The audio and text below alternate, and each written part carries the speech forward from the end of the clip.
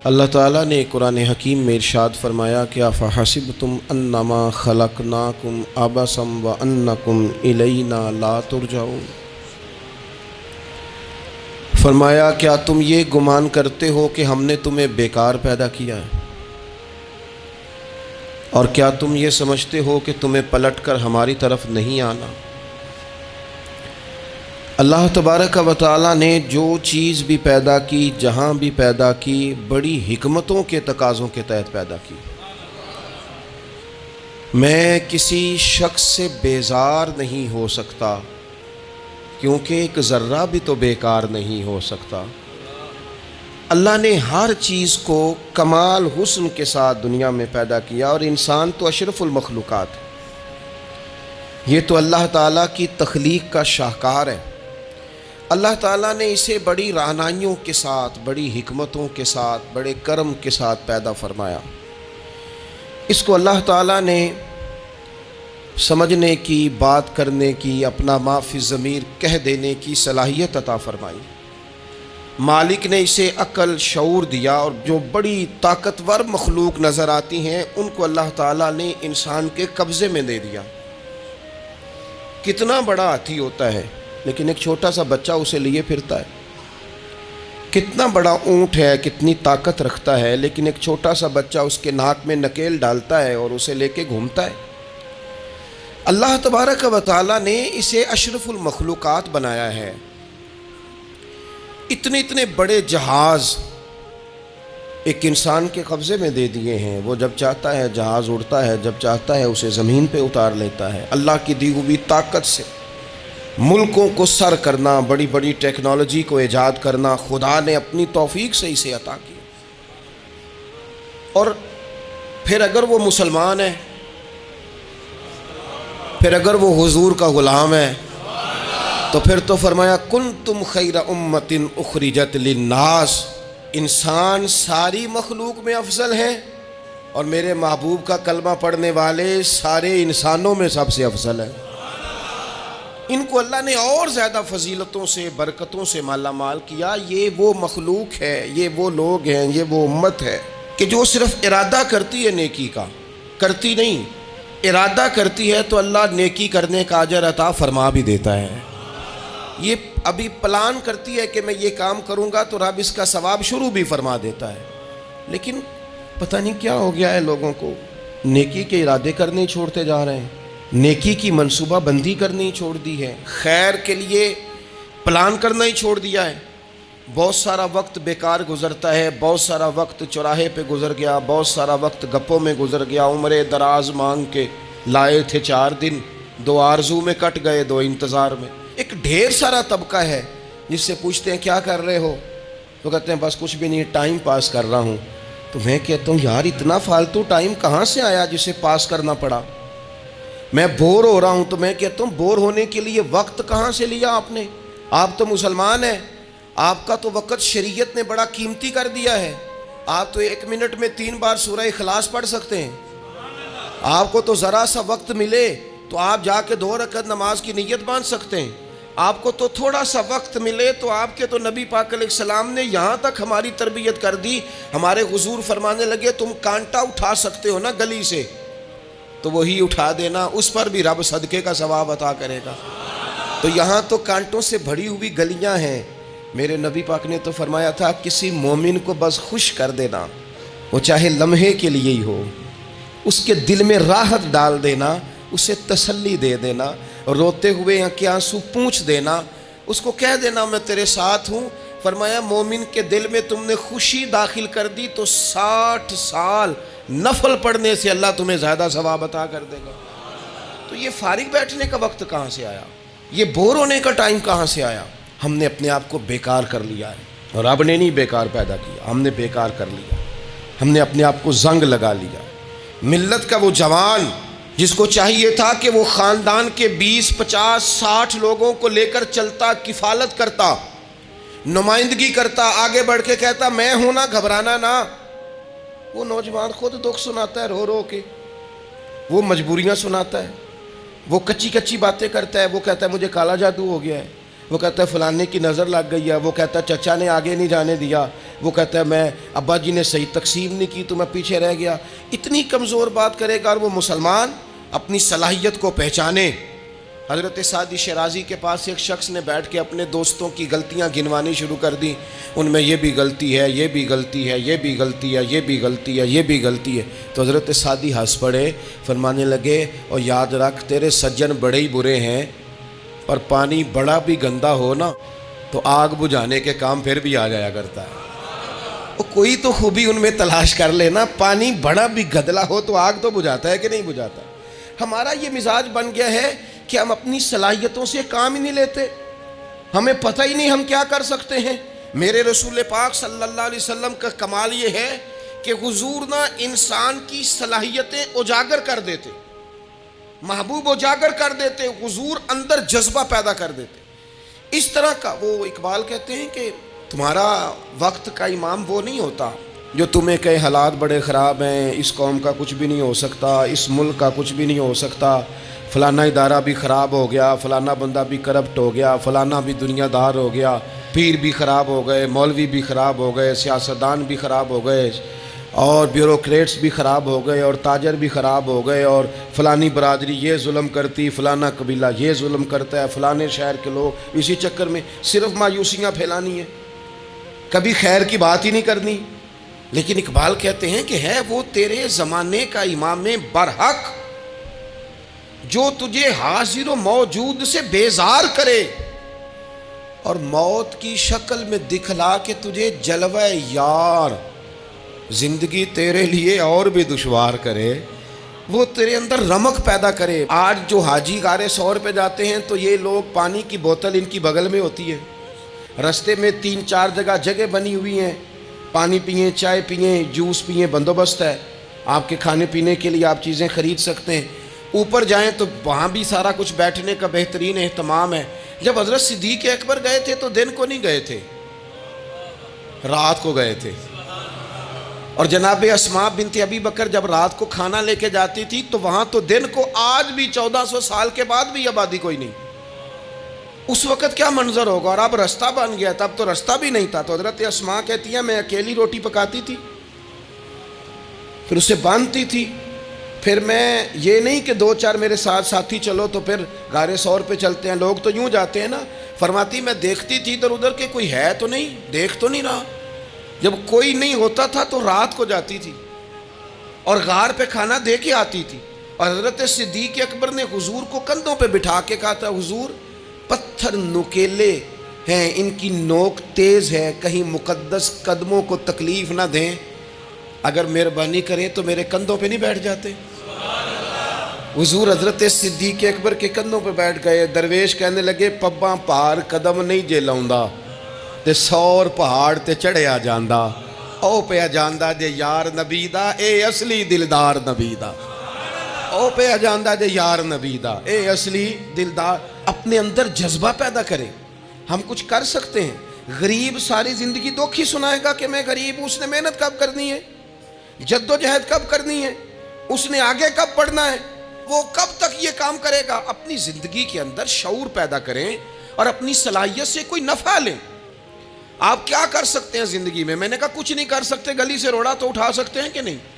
کچھ انقلاب اپنے مزاج میں پیدا کریں، کچھ تبدیلی پیدا کریں۔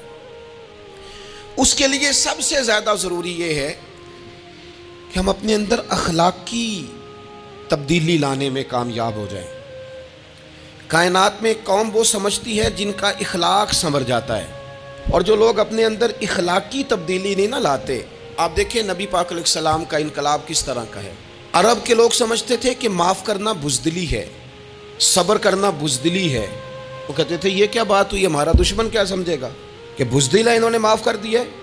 وہ کہتے تھے معاف کر دیں تو کمزور پڑ جائیں گے، سامنے والا کہے گا کہ ان کے پلے کچھ نہیں، معاف کر دیا۔ اور ہمارے زمانے میں آج معاف کمزور آدمی کرتا ہے، طاقتور آدمی معاف نہیں کرتا۔ وہ جس کے پاس طاقت نہیں ہوتی وہ کہتا ہے ٹھیک ہے میں نے اللہ پہ چھوڑ دیا، حالانکہ اس نے بھی اچھا کیا، پر کمال تو یہ ہے کہ تیرے پاس ساری طاقت ہو پھر بھی تو فیصلہ اللہ پہ چھوڑے۔ اور حضرت موسیٰ کلیم اللہ علیہ السلام نے عرض کیا تھا مالک تیرے بندوں میں تیری نظر میں معزز کون ہے؟ تو تو رب کریم نے فرمایا میرے کلیم جس کے پاس بدلہ لینے کی طاقت ہو پھر بھی معاف کر دے وہ رب کی نظر میں بڑی عزت والا ہے۔ عرب کے لوگ سمجھتے تھے یہ بزدلی ہے کہ میں معاف کر دوں، لیکن حضور نے ان کو اخلاقی طور پہ بدل دیا، اور نبی پاک نے فرمایا معاف کرنا بزدلی نہیں، یہ تو اعلیٰ ظرفی ہے۔ تو پھر کس طرح بھلا معافی ان کو ہوئی؟ فتح مکہ کے دن حضور نے اس طرح نہیں معاف کیا کہ پہلے ہمارے ہاں بھی لوگ معاف کرتے ہیں تو ہم پتہ کس طرح معاف کرتے ہیں، پہلے ساری اس کی زیادتیاں گنواتے ہیں۔ پتہ ہے نا تو نے اس وقت کیا کہا تھا، یاد ہے نا تو بڑی ڈینگے مارتا تھا، یاد ہے نا تو بڑی بڑکے مارتا تھا۔ عرب کے لوگ سارے سامنے کھڑے ہیں، پتہ کون کون ہیں؟ اکرمہ بن ابو جہل آخری دن تک لڑے، ابو سفیان آخری دن تک لڑے، سارے لوگ سامنے کھڑے، کچھ بھاگ گئے ہیں جان بچا رہے ہیں۔ حضور نے کیا فرمایا؟ فرمایا پتہ تمہارے ساتھ آج سلوک کیا کرنا ہے؟ یا رسول اللہ بتائیے۔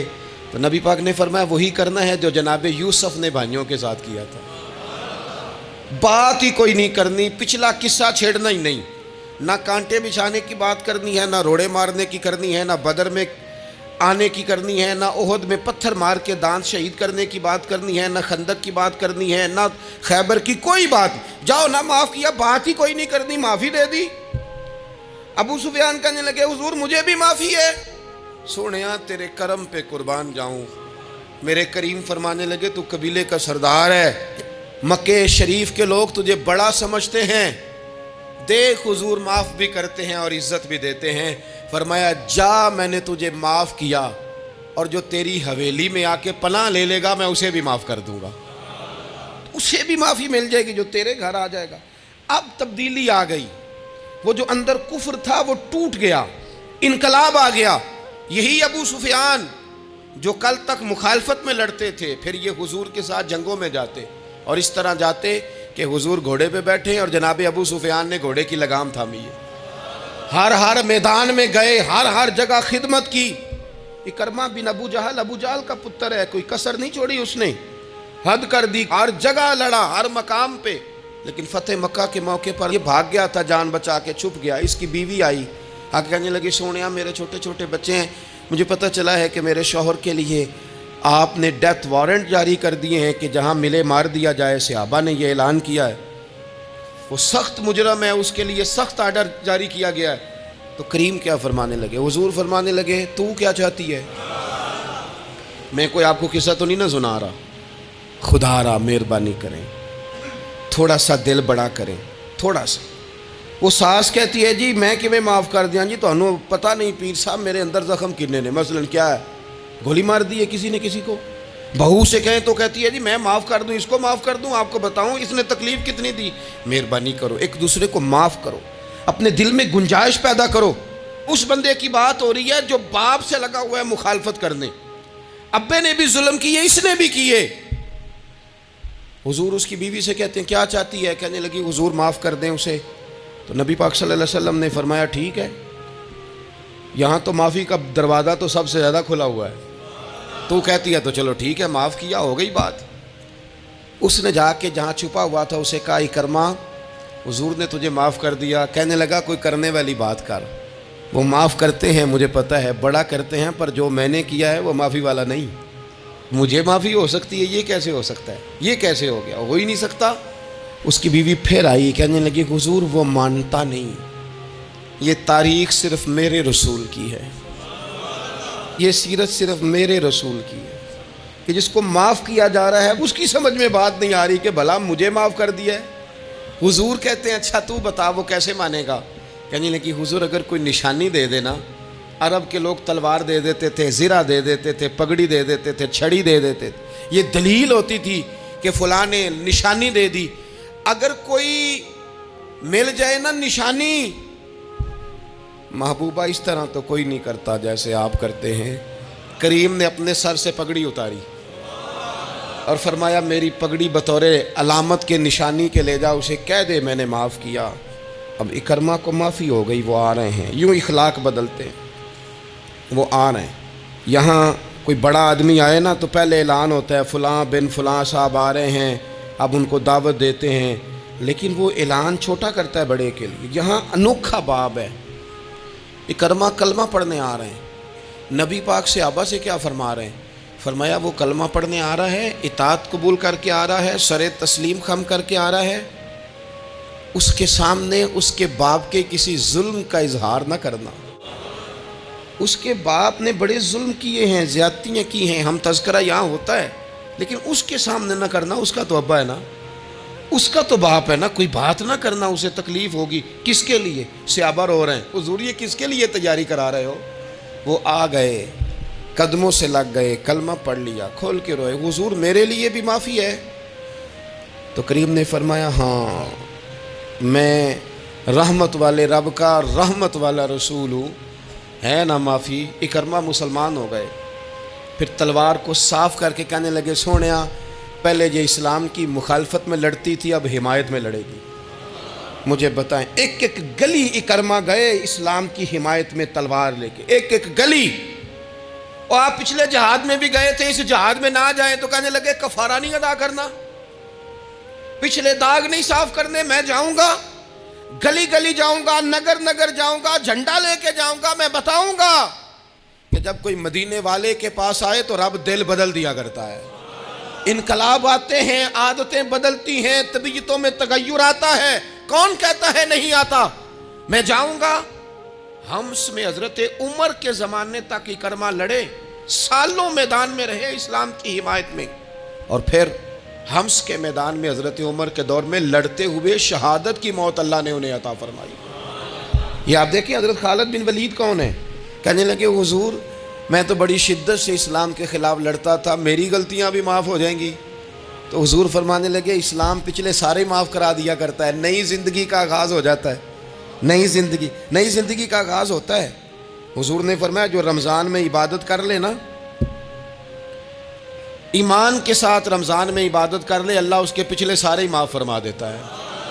اب وہ نئی زندگی کا آغاز کرے۔ جس نے شب قدر پہ رو رو کے توبہ کی ہے، وہ رمضان کے بعد کرپشن چھوڑ دے، جھوٹ چھوڑ دے، بددیانتی چھوڑ دے، دل دکھانا چھوڑ دے۔ جس نے رمضان میں روزے رکھے، تراویح پڑھی ہے، وہ نئی زندگی کا آغاز کرے۔ خدا کی رحمت سے گناہ معاف ہو گئے، اب وہ آگے بڑھے۔ نبی پاک علیہ السلام نے فرمایا جو اللہ کے گھر کا حج کار آیا وہ اس طرح ہے جس طرح آج ماں کے پیٹ سے پیدا ہوا ہے۔ اب نئی زندگی کا آغاز کرے، اب وہ اپنی عادات میں تبدیلی لائے، اب وہ بدل جائے۔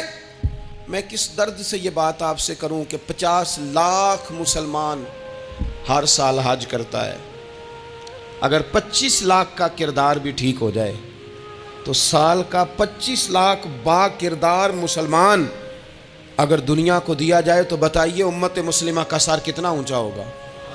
لیکن ہمارا حال وہی ہے کہ حج بھی کیتی جاندے ہو تے لہو بھی پیتی جاندے ہو، کھو کے مال یتیماں دا تے بھیج مسیتی جاندے ہو، پھٹ دلاں دے سیندے نہیں تے ٹوپیاں سیتی جاندے ہو، نفس تے چھری پھیر دے نہیں دمبے کیتی جاندے ہو، فرض پلائی بیٹھے ہو، نفلاں نیتی جاندے ہو، او دسو تے سی بلے شانو ایک ہی کیتی جاندے ہو۔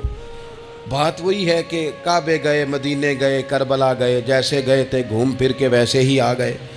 کچھ تبدیلیاں اپنے مزاج میں لائیں، اپنی عادات میں لائیں۔ حضرت خالد بن ولید نے کہا حضور سارے گناہ معاف ہو گئے؟ فرمایا ہو گئے۔ حضرت خالد بن ولید نے پھر اپنی تلوار تھامی اور جناب خالد بن ولید پھر اس طرح میدانوں میں نکلے کہ نبی پاک نے فرمایا اب یہ خالد نہیں، یہ تو سیف اللہ ہے، یہ تو اللہ کی تلوار بن گیا ہے۔ اس جذبے سے، شوق سے اپنے مزاج کو تبدیل کر کے اس طرح میدان میں آئے، فرمایا اب یہ اللہ کی تلوار ہے۔ پورا وجود زخمی کرایا اور ساری زندگی اسلام کی حمایت میں تلوار چلائی۔ ہم بدل سکتے ہیں، تبدیلی آ سکتی ہے، ہمیں بدل جانا چاہیے۔ بہلول دانا سے کہا تھا ہارون رشید نے کہ مجھے کوئی نصیحت کر دے، میں بادشاہ ہوں، سخت دل ہو جاتا ہے کئی دفعہ۔ تو حضرت بہلول دانا کہنے لگے میں کیا نصیحت کروں، آپ کا باپ کہاں ہے؟ کہنے لگے قبرستان میں۔ کہا ایک بڑا بھائی بھی تھا، بڑا پیار کرتا ہے، سنا آپ سے، کہاں ہے؟ کہا قبرستان میں۔ تو کہا وہ ایک چچا زاد بھی آپ کے ساتھ میں نے دیکھا ہے، کہا وہ بھی قبرستان میں۔ یاد کرانا شروع کیا حضرت بہلول نے، فرمایا وہ ننہال والے، ددہال والے، وہ ماموں، وہ چاچو کا سب قبروں میں۔ آخری جملہ کہا، فرمایا تیرا ایک پتر بھی تھا، چڑھتی جوانی تھی، قد اونچا تھا، رنگ گورا تھا۔ ہارون رشید رو پڑے، کہنے لگے حضور وہ بھی قبرستان میں۔ تو فرمایا جس نے اتنے جنازے پڑھے ہوں اسے میں نصیحت کروں؟ تیرا کیا خیال ہے، تو نے نہیں جانا؟ یارو ہم نے اپنے کئی کلاس فیلوں کے جنازے پڑھے ہیں، بڑا پیار تھا میرا اپنی دادی کے ساتھ، تو 97 میں وہ انتقال کر گئیں، دادا ابو چلے گئے، اماں جی چلی گئیں، ابا جی چلے گئے، نانا چلے گئے، پھپھا چلے گئے، دوست چلے گئے، یہاں پچھلے سال کئی سنگی تھے، اس سال نظر نہیں آتے، رخصت ہو گئے۔ او سنگیو، یہ تو ساری تیاری ہے، ہم نے بدلنا کب ہے؟ اب تو ہمارا بڑھاپا آنے کو ہے، اب تو بال سفید ہونے کو، تبدیلی کس وقت؟ اللہ تعالیٰ نے قرآن مجید فرقان حمید کے اندر فرمایا اللہ ولی الذین آمنوا یخرجہم من الظلمات الی النور، اللہ مومنوں کا ولی ہے، وہ انہیں اندھیروں سے نور کی طرف نکالتا ہے، وہ رستہ دکھاتا ہے۔ بار بار راہ کھلتی ہے ہمارے سامنے پر ہم قبول کرنے کو تیار نہیں ہوتے۔ کچھ تبدیلی اب آ جائے، کچھ زبان میں مٹھاس آ جائے، کچھ ہمارے عمل میں پختگی آ جائے۔ ہم نہ بہت سارے کام لوگوں کو دیکھ کر کرتے ہیں، اس سے تھوڑی جان چھڑائی جائے۔ کچھ اپنے اندر جو قباہتیں ہیں، کچھ اپنے ساتھ جنگ کی جائے۔ نبی پاک علیہ السلام نے فرمایا افضل جہاد اپنے نفس سے لڑائی کرنا ہے، اپنے آپ کے ساتھ کچھ جد و جہد کی جائے، کچھ اپنے خلاف بھی چلا جائے۔ ساری زندگی دوسروں سے لڑتے، دوسروں پر اپنی غلطیوں کا بوجھ ڈالتے گزر گئی، کچھ اپنے نفس پر بھی۔ حضرت بایزید بستامی سے کسی نے کہا حضور میں نے اللہ تک جانا ہے، رستہ بتا دیں۔ فرمایا 2 قدم کا رستہ ہے۔ فرمایا 1 قدم اپنے نفس کی خواہش پہ رکھ لے تو دوسرا قدم تیرا رب تک پہنچ جائے گا۔ تو اپنے آپ کو کنٹرول نہیں نہ کرتا، اپنے آپ سے تو لڑ پہلے۔ اقبال کہتے ہیں ڈھونڈتا پھرتا ہوں اے اقبال اپنے آپ کو، آپ ہی گویا مسافر آپ ہی منزل ہوں میں۔ نبی پاک نہ تبدیلی کرتے۔ یہ جو لوگ کہتے ہیں نا کیسے بدلوں، تو حضور بدلنے ہی تو آئے ہیں، حضور بدلنے۔ حضرت مازن ایک صحابی ہیں، وہ کہتے ہیں میں بت کی پوجا کرتا تھا، امام بہقی نے لکھا ہے میں بت پوجتا تھا۔ ایک دن میرے بت کے اندر سے آواز آ گئی تو کب تک مجھے پوجے گا، مدینے میں تو حضور جلوہ فرما ہو گئے ہیں۔ کہتے ہیں 2 دفعہ 3 دفعہ بت مجھے پیغام دے رہا ہے کہ حضور کی طرف جاؤ۔ بت کہتے ہیں میں وہاں سے چلا، حضور کی بارگاہ میں پہنچا تو نبی پاک علیہ السلام کی خدمت میں حاضر ہو کے میں نے عرض کی یا رسول اللہ کمال ہو گئی، لوگ بتوں کو پوجتے ہیں اور میرا بت کہہ رہا تھا جا جا کے حضور کا کلمہ پڑھ لے۔ او سکیاں کھجوراں اگا جام دے تے پتھراں تو کلمہ پڑھا جام دے۔ فرمایا وہ انہوں نے مجھے بت نے بھیجا ہے۔ حضرت مازن کہتے ہیں حضور کی بارگاہ میں آیا، نبی پاک نے کلمہ پڑھایا تو میں نے عرض کی حضور میرے اندر کچھ قباہتیں بھی ہیں، کسی کی چیز دیکھ کے میرا جی للچا جاتا ہے، میں چوری کر لیتا ہوں، بدکاری کا بھی مزاج ہے، شراب نوشی بھی ہو جاتی ہے۔ کہتے ہیں حضور نے میرے سینے پہ ہاتھ رکھا، میرے لیے دعا کر دی۔ آپ فرماتے ہیں گردن اونچی تھی کبھی نیچی نہیں ہوئی تھی، پر وہ کلمے کی کیا برکت آئی کہ ایسا سر جھکا کہ وہ جھکا ہی رہا، ایسی تبدیلی آئی کہ آ گئی، نفرت ہو گئی۔ کہتے ہیں حرام مال آتا ہے تو میری طبیعت پہ بوجھ بن جاتا ہے۔ میں اکثر دوستوں سے کہتا ہوں کہ ہم نا ہمارے ہاں لوگوں کا عجیب مزاج ہے، وہ اپنا مائنڈ سیٹ کر لینا، کبھی ذہن بنا لینا یہ چیز حرام ہے تو وہ کبھی بھی حلق سے نیچے ہی نہ جائے۔ آپ گوشت کھا رہے ہوں اور بڑا اچھا پکا ہوا ہے، بہترین مسالہ جات لگے ہوئے ہیں، بہترین، آپ کھا رہے تھے گوشت، کوئی بندہ آپ کے کان میں آ کے کہہ دے صدقے کا ہے، اس کا منہ میں ذائقہ بدل جاتا ہے کہ نہیں؟ بھئی گوشت تو وہی ہے، یہ کیسے بدل گیا؟ کیونکہ آپ کے نا وہاں کمپیوٹر میں فٹ ہے کہ صدقہ میرے لیے درست، آپ وہ کہتے ہیں یہ تو فارم بن گیا۔ بھئی یہ کیا بن گیا؟ چلیں اس سے بھی آگے چلتے ہیں۔ آپ کھا رہے تھے گوشت اور بڑا لطف آ رہا تھا تو کسی نے کہہ دیا کہ یہ تو جانور ٹھیک ہی نہیں تھا، بیمار تھا یا حرام تھا، ذبح ہی نہیں کیا تھا، صحیح طور پر ایسے ہی اس کو پکا دیا، مر گیا تھا۔ تو اب تو یہ حال ہوتا ہے کہ الٹیاں شروع ہو جاتی ہیں۔ کیوں؟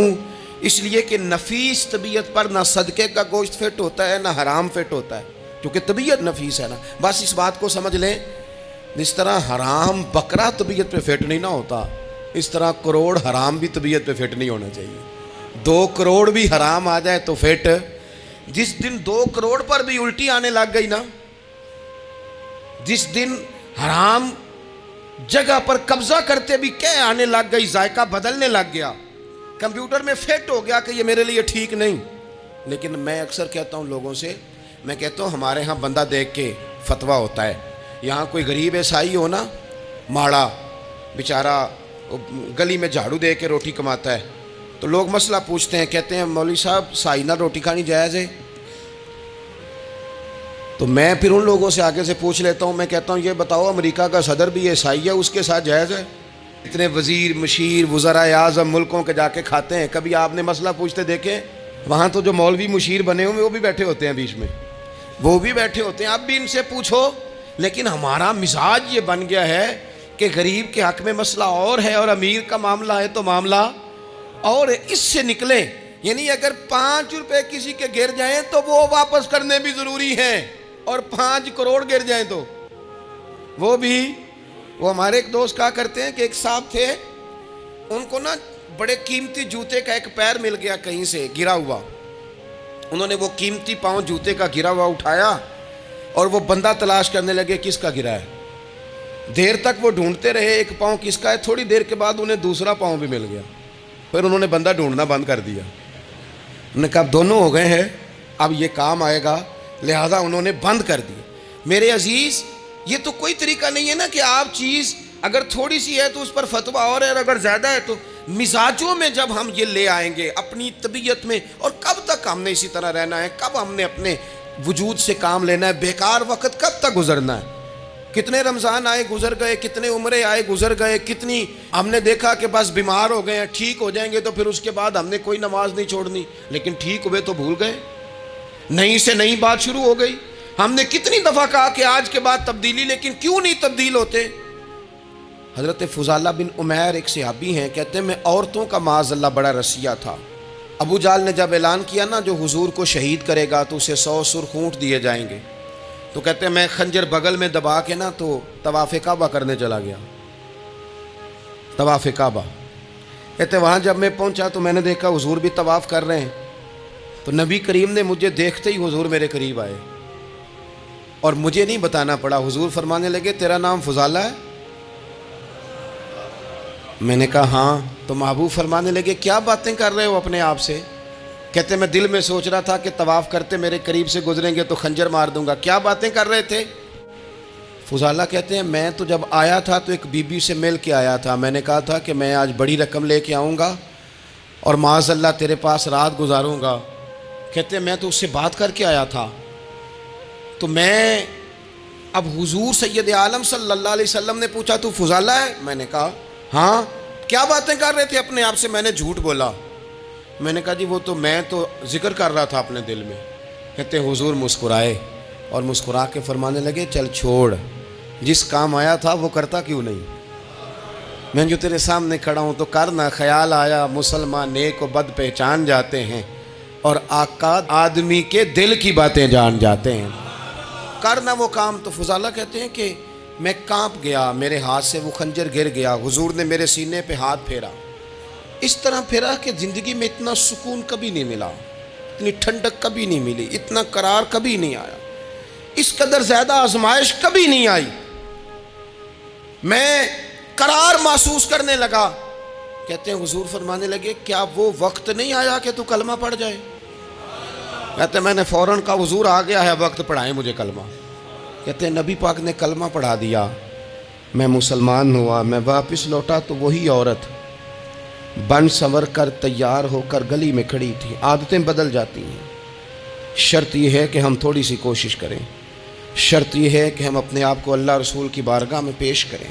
اور میرے دوستوں, میرے بزرگوں, ہمیں سب سے زیادہ تکلیف میں ہماری اپنی عادات نے ڈالا ہے, ہماری اپنی خواہشات نفس نے ہمیں زیادہ آزمائشوں میں ڈالا. کہتے ہیں وہ عورت بن سنور کے کھڑی تھی, جب میں واپس لوٹا تو پہلے میں اس کے پیچھے بھاگتا تھا, اب میں اس کے قریب سے گزر گیا تو اس نے آواز دی تو فضالہ نہیں؟ کہتے ہیں میں چپ کر گیا. وہ پھر پیچھے دوڑی, میرا گریبان پکڑ کے کندھا پکڑ کے ہلایا تو فضالہ نہیں؟ کہتے ہیں میری جھکی ہوئی گردن, میں سر نہیں اٹھاتا. مجھے کہنے لگی تو وہ نہیں ہے جو فضالہ ہے؟ میں نے کہا ہوں میں فضالہ, پر وہ والا نہیں جو تجھے ملا کرتا تھا. کہا تو اب کون ہے؟ کہنے لگے میرا ٹائٹل بدل گیا ہے، میرا تعارف بدل گیا ہے، اب میں رسول کائنات کا غلام ہو گیا ہوں، اب لوگ مجھے مسلمان کہتے ہیں، اب میری نگاہوں میں جچتا نہیں کوئی، جیسے میرے محبوب ہیں ایسا نہیں کوئی۔ کہتے ہیں بدل گئی عادت، میں وہی ہوں پر میرا لہجہ، میرا مزاج ہی بدل گیا۔ حضرت جریر ابن عبداللہ کہتے ہیں میں کاروبار کرتا تھا اور مجھے بڑا سلیقہ آتا تھا کاروبار، میں سستی ترین چیز خریدنے کا ملکہ رکھتا تھا، لیکن فرماتے ہیں کہ جب میں حضور کا کلمہ پڑھنے گیا تو نبی پاک نے مجھے فرمایا میرا دین کسی کا بھلا کرنے کا نام ہے، الدین النصیحہ، خیر خی کرنا۔ فرماتے ہیں پھر میں نے نصیحت کو پلے باندھا، ایک آدمی سے گھوڑا خریدا 300 دینار کا، گھوڑے کو پکڑ کے میں نے جب تھوڑا آگے چلایا تو وہ تو بڑا نرم مزاج تھا، اسی پنجابی چاکھیدہ ہے ساؤ ہے بڑا، اور میں نے کہا یہ تو گھر میں بھی رکھا جا سکتا ہے، یہ تو 400 کا ہے۔ پھر میں نے اس پر سواری کی تو وہ سواری کے لیے بڑا اچھا تھا، میں نے کہا یار تیرا جانور 600 کا ہے۔ کرتے کرتے جب میں نے اسے 1000 دینار تھمایا، 400 میں سودا ہو گیا تھا، اس نے دے دیا تھا گھوڑا یا اونٹ۔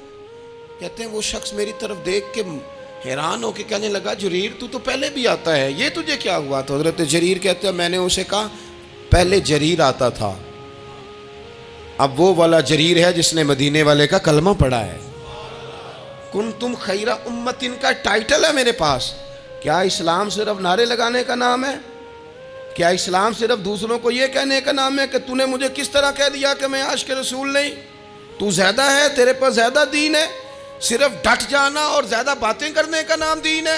اپنے اندر ایک ایک کر کے غلطیوں کو چھوڑیں، آج کچھ عہد کریں کہ ہم نے فلاں فلاں گناہ سے جان چھڑانی، اپنے اندر کچھ تبدیلیاں لائیں، اور کسی کو بتانے کی ضرورت نہیں، ہمارا اور ہمارے رب کا معاملہ ہے۔ اکیلے میں بیٹھ کے اللہ کے حضور عہد کریں، اکیلے میں بیٹھ کے۔